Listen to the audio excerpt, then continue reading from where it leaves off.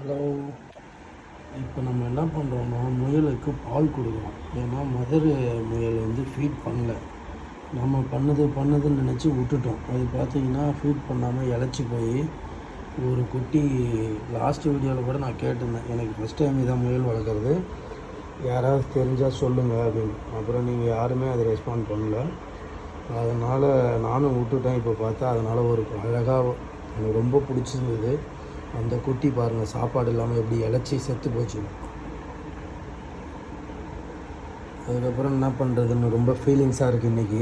இதை வந்து நம்ம புதைச்சிடலாம். மீதி இருக்க 3 குட்டீஸை இந்த பாருங்கள், பால் நானாக கொடுத்தேன் ஸ்பூனில் வச்சு.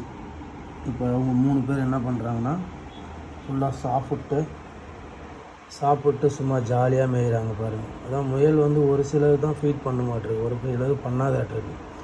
அதனால் நம்ம என்ன பண்ணணும்னா, நம்ம ஒரு நாளைக்கு 2 வாட்டி எடுத்து பாலை வந்து சூடு பண்ணிவிட்டு அதை ஆற வச்சு கொஞ்சம் கொஞ்சம் கொடுக்கணும்னு என்னோடய அனுபவத்தில் நான் ஷேர் பண்ணுறேன். உங்களுக்கு தெரிஞ்சதையும் சொல்லுங்கள். நீங்கள் முயல் வளர்க்குறவங்கள சொல்கிறேன்.